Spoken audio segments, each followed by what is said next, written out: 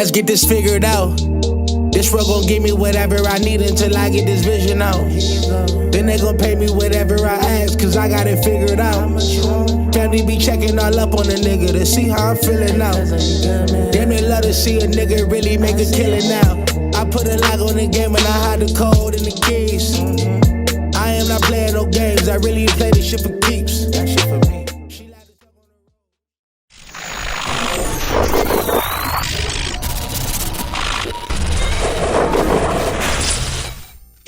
MaddenHeadz YouTube.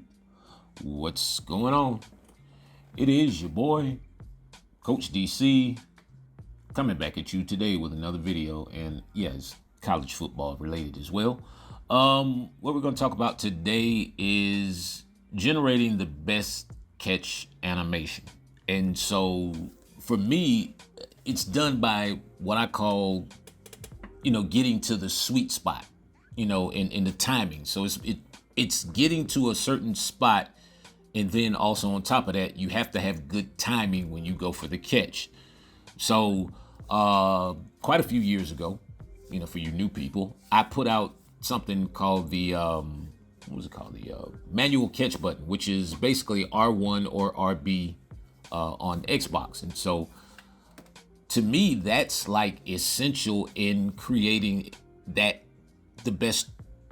generating the best catch animation, because that kind of, when you hit R1 or RB along with the catch button that you're going for, so whether it's rack, aggressive, or secure, this helps you generate the best possible. Adding R1 or RB to it when you go for that catch helps you generate the animation a little sooner.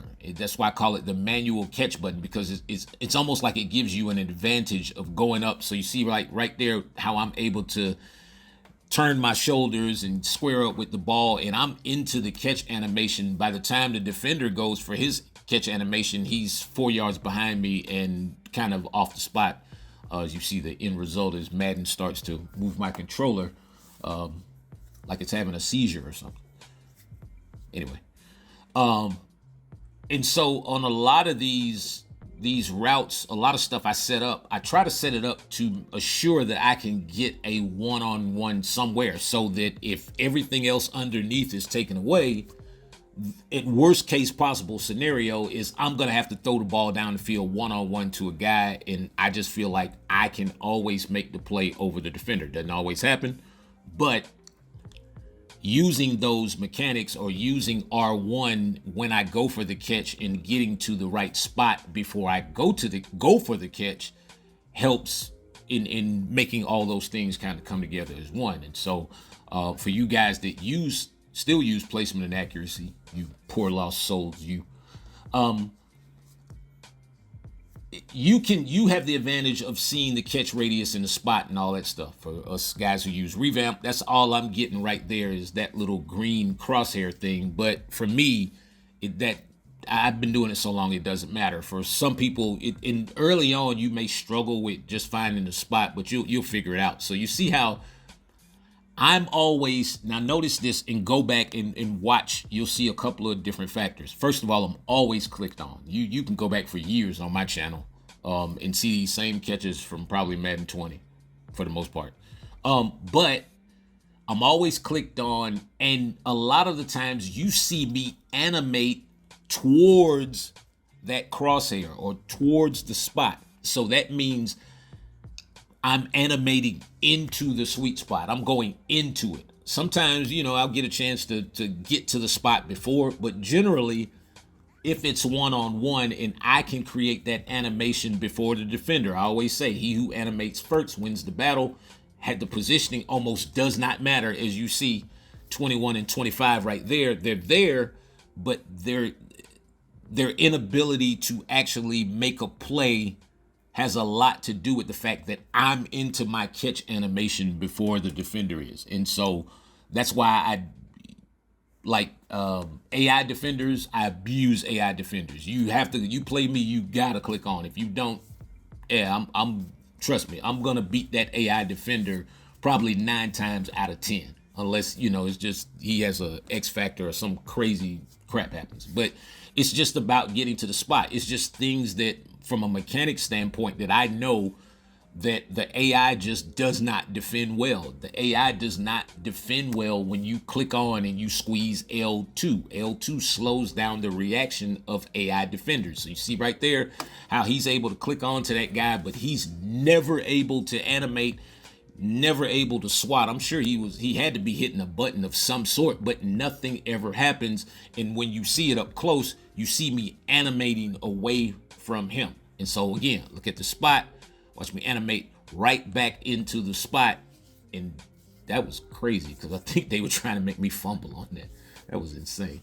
But it does not matter about, like, there's no particular rhyme or reason to which catch it is that this affects, because this affects, I don't care which animation you're going for, whether it's aggressive, rack, or secure. There are ways to generate that animation early if you're adding R1 or RB. Like, watch this right here. It's just and then it becomes a more of a positioning thing, because if I'm able to generate my animation before the defender does, then a lot of times they not only don't make the play at all on the ball, they don't even make the tackle. Like sometimes it just seems like the AI defenders kind of warp into this. Is, put it this way, they'll put you in a tackle animation that won't make a tackle, if that makes any sense whatsoever. But yeah, you see right there, that was on placement and accuracy way back where. And so you can just kind of see, like, all it is about animating early. Animating, you know, if I can get to the peak of my, wow. If I can get to the top of the jump or whatever, you see how I'm into the animation, and all the defenders, the AI defenders, are just kind of standing there, kind of just watching a little bit, and they're waiting on the knockout. And so that's why so many people are so reliant on having, you know, KOs and all that kind of stuff, because if you're playing somebody who really knows how to throw the ball and their timing's good, I don't care how close your defender is. Watch me just, he'll never even be able to put a hand on me because of the nature of the timing of the animation. Watch this one. This is crazy. By all intents and purposes, probably should have been a swat, but you see the animation-based, the timing-based animation, but you see me, and I mean, don't get it twisted. I'm pushing the control, pushing the thumbstick in the right direction and all that kind of stuff. So it's not like it's just gonna take you automatically to the ball. You have to have the stick pointed in the right direction. You just, the obvious factors have to align. You know what I'm saying? The throw has to be in a spot where you can go for it, or you can adjust to it. And a lot of times, I keep telling you guys, this is the reason why revamp is so much better. I know y'all like, oh God, here go coach with the revamp thing again. Revamp is so much better because it slows down the ball a little bit. The arc of the ball naturally slows the ball down and allows you to make a judgment call as to where the ball is arriving. So you see, like right there, that's sweet spot.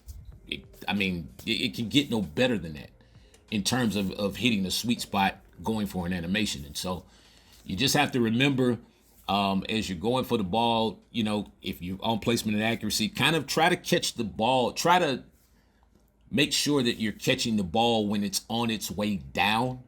You're getting to a particular spot right like that, and you see the ball on its way down, but you see me at the top of my jump as the ball is coming down.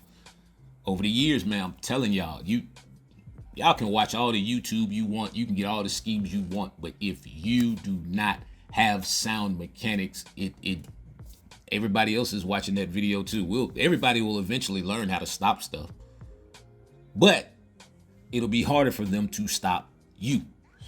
Anyway, man, I appreciate each and every one of you guys. It's your boy Coach. I'm out.